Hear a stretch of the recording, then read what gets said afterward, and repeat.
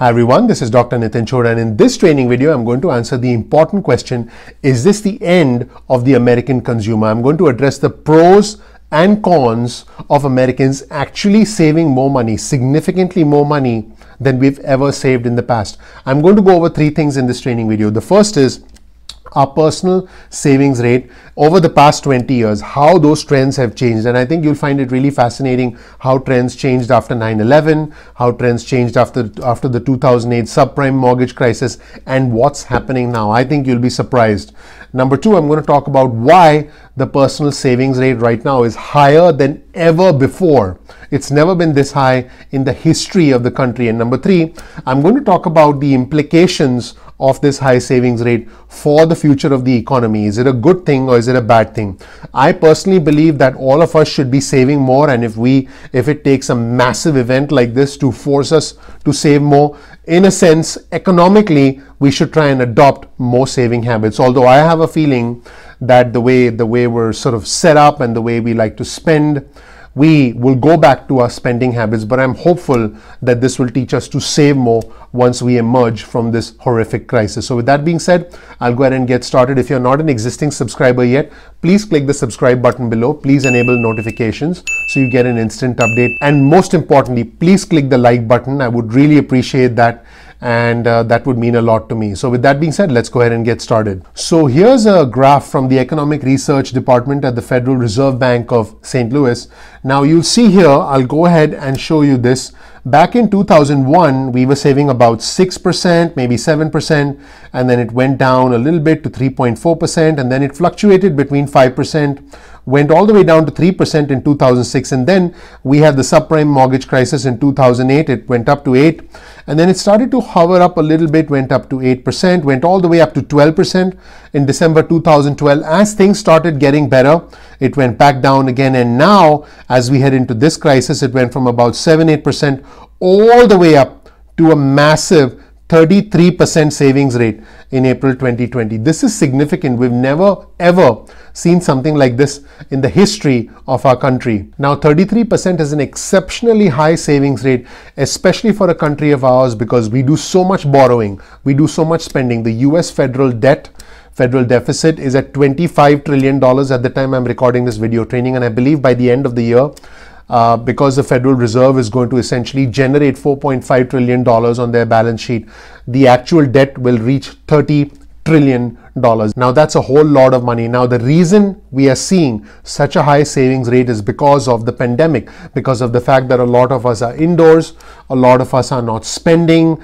The cost of commuting has been cut down, the cost of eating out has been virtually eliminated. I'm actually going to show you another quick graph of how our habits as far as eating out, ordering out, takeout, all of that has changed, and I've got some data from OpenTable. But the important thing is, because our spending has been significantly reduced, we're not commuting, we're not going to the gym, we're not eating out, we're eating at home mostly. That's resulted in a significantly higher savings rate. Now again, I'm a big fan of savings, and I hope that we can come out of this crisis with some savings. We can pay off our debts and we can start to save a little bit more. But there are going to be those individuals who go back to their old ways of having a lot of debt, doing a lot of borrowing, living beyond their means. That's just the way a lot of us are. But I have to say that the high rate of savings is not really, in a sense, the American way of life, because our life, quite frankly, I believe, would be much better if we started to save more in proportion to our income. Now let's take a look at a fascinating graph of people dining in restaurants. Now this data came from OpenTable and included online reservations, phone reservations, and walk-ins. So we're talking about individuals who are actually eating at dine-in restaurants. And let's take a look at this data and see what it shows us. So you'll start to see now that we're looking at different states. Let's start with the state of Atlanta. You'll see the red graph that shows that Atlanta on the right side is slowly recovering. Let's take a look at Austin. By the way, you'll see a significant difference on the left side of the chart where it was in March and where it is now. So Austin is recovering. Chicago is nothing much is happening in Chicago. Let's take a look at Dallas. Dallas is starting to come back gradually. So that is a good sign in Dallas. Let's take a look at Los Angeles. Los Angeles, as you can see, is not, people aren't dining out at all in Los Angeles. And let's now take a look at Miami.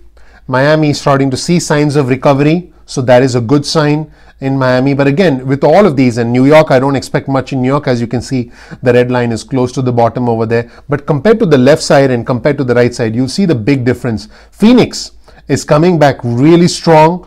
A lot of dining in happening in Phoenix.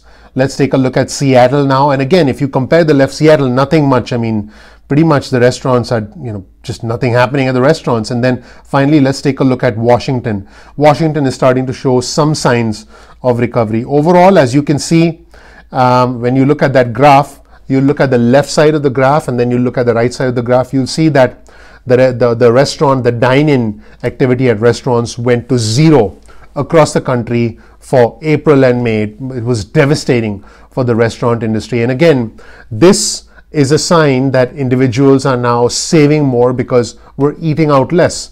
We eat out a lot, and I'll get into some statistics in just a second. And I have a feeling that even when restaurants reopen, they're not going to see the same level of activity as before for two main reasons. Number one, restaurants are going to be following certain guidelines with social distancing. Let's say you had a restaurant packed with 100 people. It's not going to be packed with 100 people. They're probably going to have seating restrictions because of social distancing.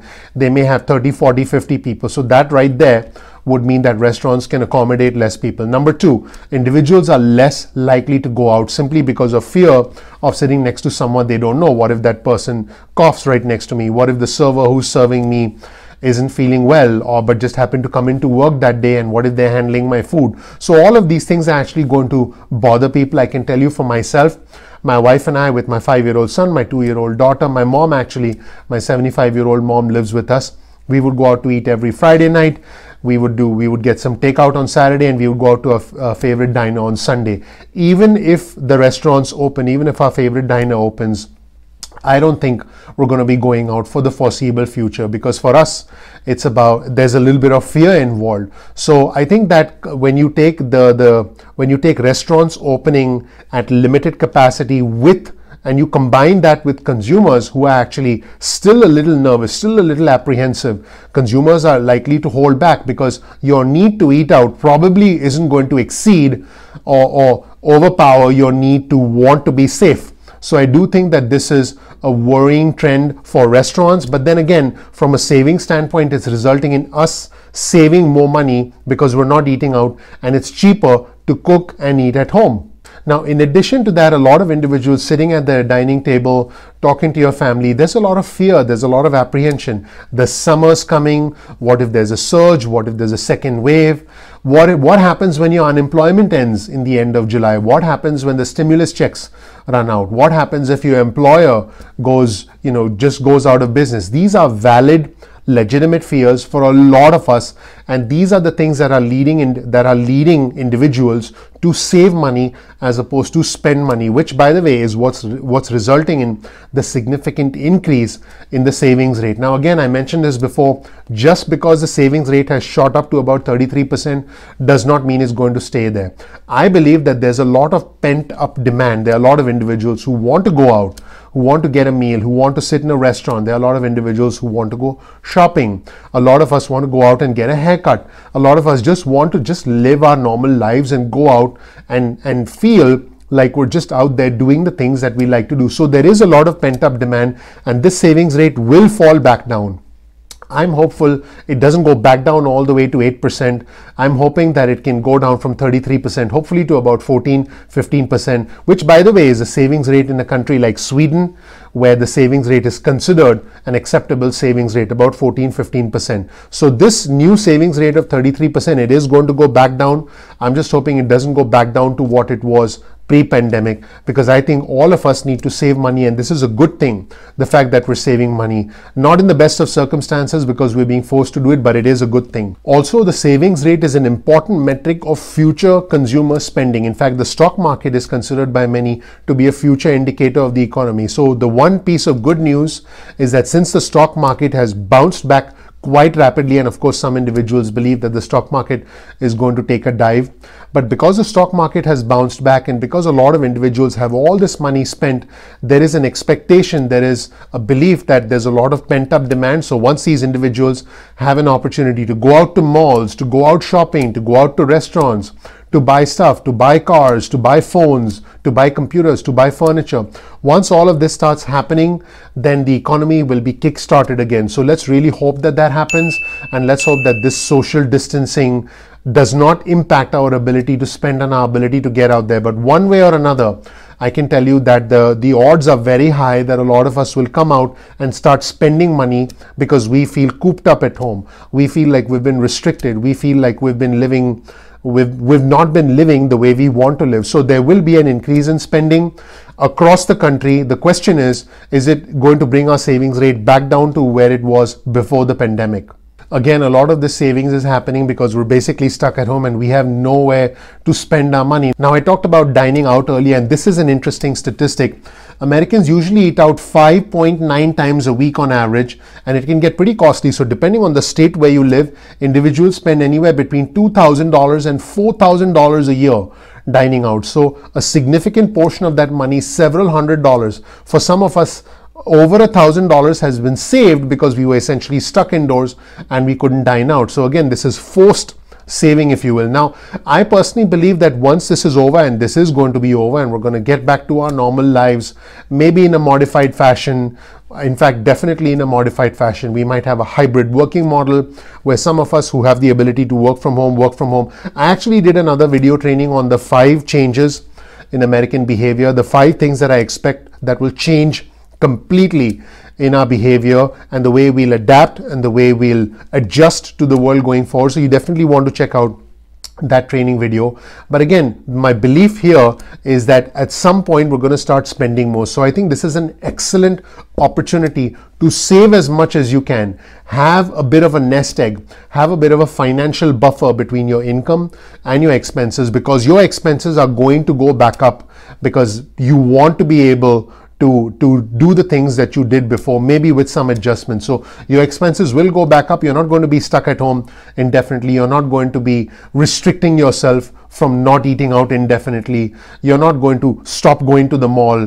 We are going to be able to resume a lot of those habits. So when that time comes, when you start spending more money, which again is going to happen, you want to make sure you have a nest egg. In short, what I'm trying to tell you is that you should save as much as you can right now. Save as much as you can, pay off any debts that you have, pay off any high interest credit cards, pay off any loans that are crippling you financially, and start to save money so that you have some sort of a financial buffer in the event of any sort of an emergency in the future.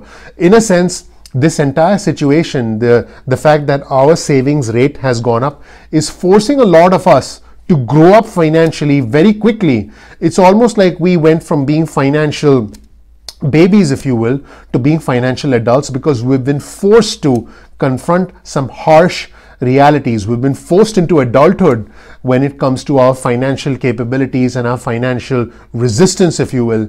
And in many ways, I do believe financially and economically, this is a good thing.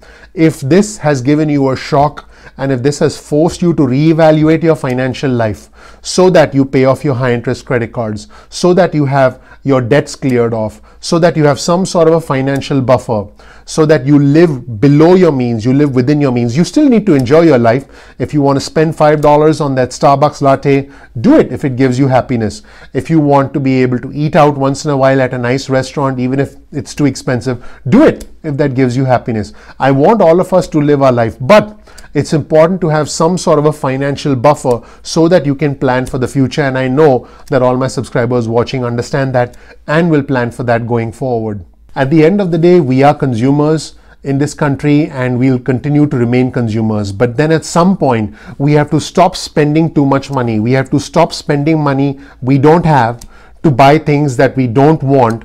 in order to impress people that we may or may not even know. So what you need to do is use this as an opportunity to cut back on your spending, to build a financial buffer. Whether you build the financial buffer through stimulus checks, through the unemployment income, through the federal booster, or whether you get the buffer through a job that you've got, or maybe you're one of the lucky ones, knock on wood, you never lost your job to begin with.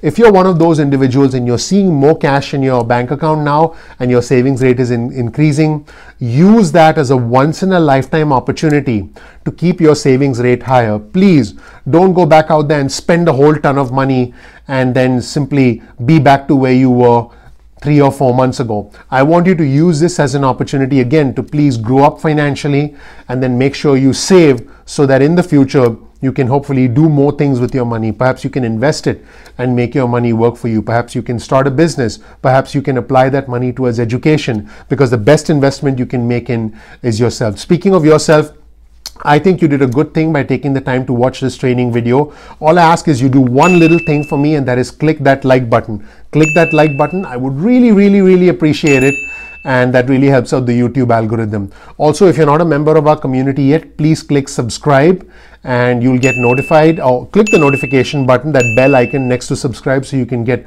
notified of future updates. And finally, keep in mind that I release videos at 2 p.m. East Coast time most days of the week. I'll be really happy if you can jump in around that time, watch my videos and comment, because I do stick around in the first half an hour to an hour after I release my videos to read and to respond to the comments. I'm so happy you took the time to watch this. Please consider increasing your savings rate, because at the end of the day, you are the American consumer. You are the reason this economy will improve. But there are pros and cons to a high savings rate. I believe that if you can save more than you did before and start to live within your means, cut back on the excessive unnecessary spending, this can be a win-win situation for you as well as the economy. Thank you so much for watching. I'll see you in the next training video. Thanks again.